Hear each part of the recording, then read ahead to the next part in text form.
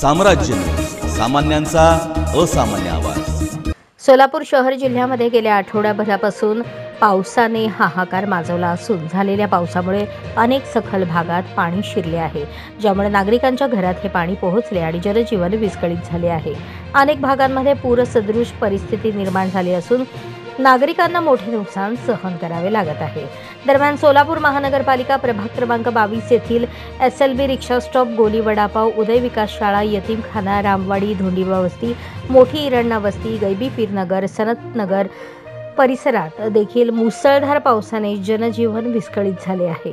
अनेक घरांमध्ये पावसाचे पाणी शिरले आहे, यामुळे नागरिकांचे मोठे नुकसान झाले आहे। याच पार्श्वभूमीवर राष्ट्रवादी काँग्रेस पार्टीचे प्रदेश उपाध्यक्ष किसन जाधव यांनी सोलापूर महानगरपालिका झोन क्रमांक 6 चे विभागीय अधिकारी पानगल, मंडल अधिकारी भीमाशंकर बुर्ले, ज्युनियर इंजिनियर ओंकार शिंदे, पप्पू शेख, शिराज शेख, सिकंदर शेख, इरफान शेख, पवन खांडेकर, स्वप्नील आठवले, फिराज पठाण, सिद्धू गायकवाड, दिनेश चलवादी, मनोज चलवादी, चंद्रकांत चलवादी, प्रमिला स्वामी, प्रमिला बिराजदार, समद मिस्त्री, शेख लियाकत, बक्सू मामा, पप्पू शेख, एजाज शेख, जब्बार पटेल, काशीनाथ वनकोळे, जाकीर शेख, रमेश चलवादी, राजू बेळेनेवरू, हारून शेख, वसंत कांबळे, महादेव राठोड, आनंद गाडेकर यांच्या समवेत आपत्कालीन परिस्थितीची पाहणी केली।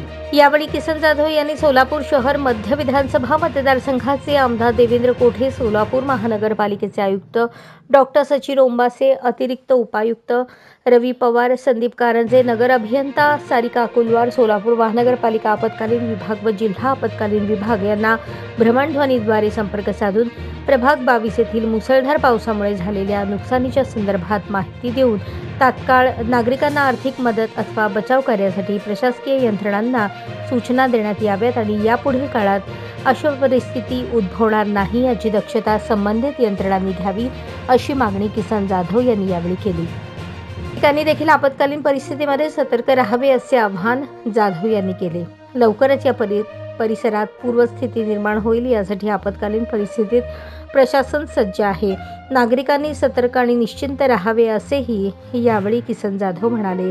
या मुसळधार पावसामुळे धोंडीबा वस्ती येथील अखिल शेख यांच्या कुटुंबामध्ये विवाह संपन्न झाला होता, परंतु मैला मिश्रित पाणी घरात शिरल्याने मोठे नुकसान झाले।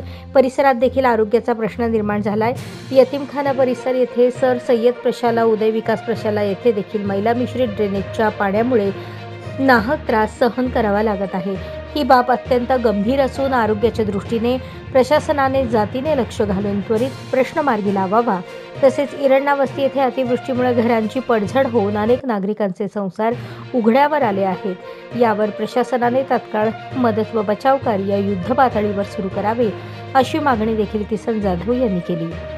दरम्यान आमदार देवेंद्र कोठे, पालिका आयुक्त डॉक्टर सचिन ओंबासे यांच्यासह आपत्कालीन विभागातील संबंधित अधिकाऱ्यांनी सकारात्मकता दाखवत त्वरित बचाव कार्य सुरू केल्याचेही किसन जाधव म्हणाले।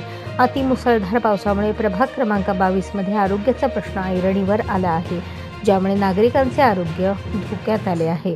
उद्भवलेल्या परिस्थितीवर प्रशासनाने नियंत्रण आणावे, अशी मागणी देखील जाधव यांनी प्रशासनाकडे केली।